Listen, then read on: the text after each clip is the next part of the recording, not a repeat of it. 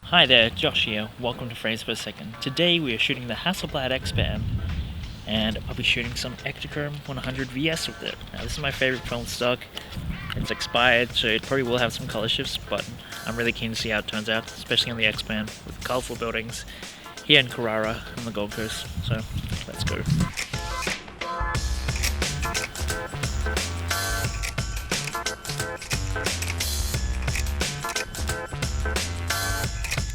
So we're shooting Kodak Ektacrome 100 VS, which is my favorite film of all time. Unfortunately, discontinued.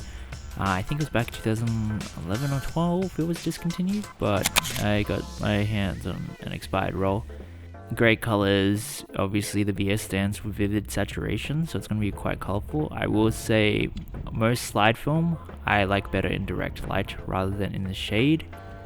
And so there's definitely some shots that I'm not as happy with the colors, but I also think film in general, the colors pop more when you have direct sunlight, or direct light in general, compared to the softer shade kind of light.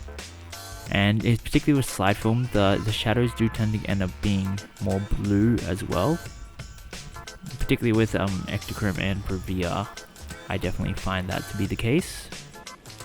Yeah, it's a solid film. It is a little bit grainy just because it is expired, and some shots were slightly underexposed as well, because it is hard to get perfect exposure with slide if the lighting conditions are very varied. Like if there's a splash of bright light but also a lot of shade, it can be hard finding the right middle ground, but sometimes shots turn out good like this. And yeah, here the colors just look so much better just because it is in direct sunlight. And here you can see a bit of grain in the shadows there just because I tried to bring it up a little bit more, but the color's still great because of that direct sun.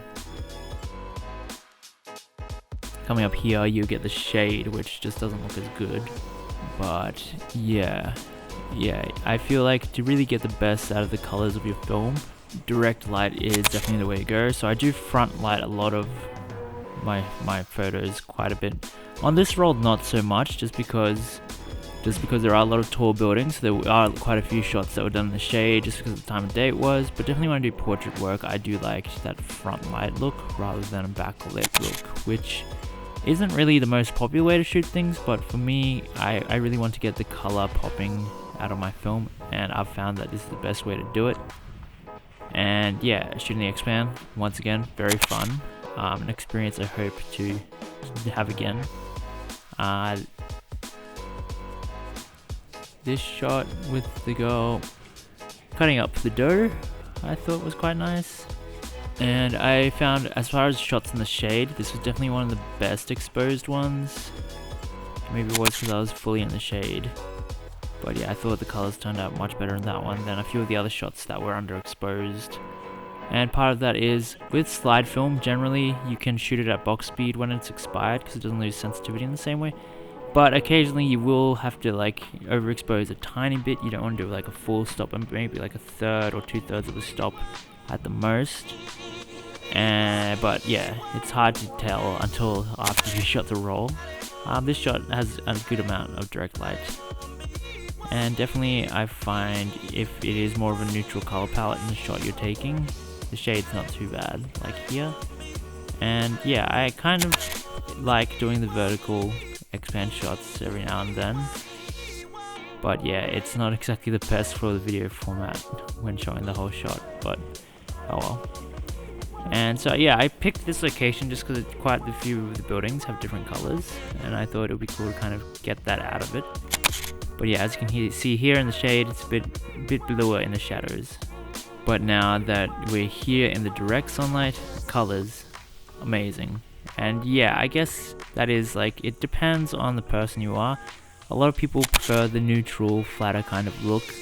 I love the contrast in colors, and it's definitely something that's played against me as far as like getting certain jobs and stuff, but it's just what I enjoy. Like, if we can see color, why not embrace it? Is kind of my way with it. I just love the color variation, and just the saturation of this film is fantastic. And it doesn't always work for certain colors. If you got a certain kind of color that's kind of reflecting onto human skin, it can be unflattering, but there's many times where it looks pretty good too. Definitely a film that, as much as I love the colors for fashion, when it comes to human skin, not always the kindest, though you can adjust it a bit, but it also depends on what kind of bounce you're getting and if there's a color to it. But yeah.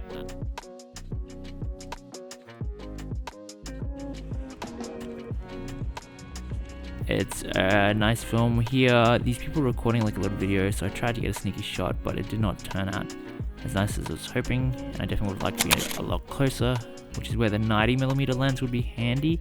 I was shooting with the 45mm, which is very handy in lots of situations, particularly with architecture when you want that wider shot, but when shooting people, you kind of want the 90mm, which I didn't have as an option when shooting this, unfortunately.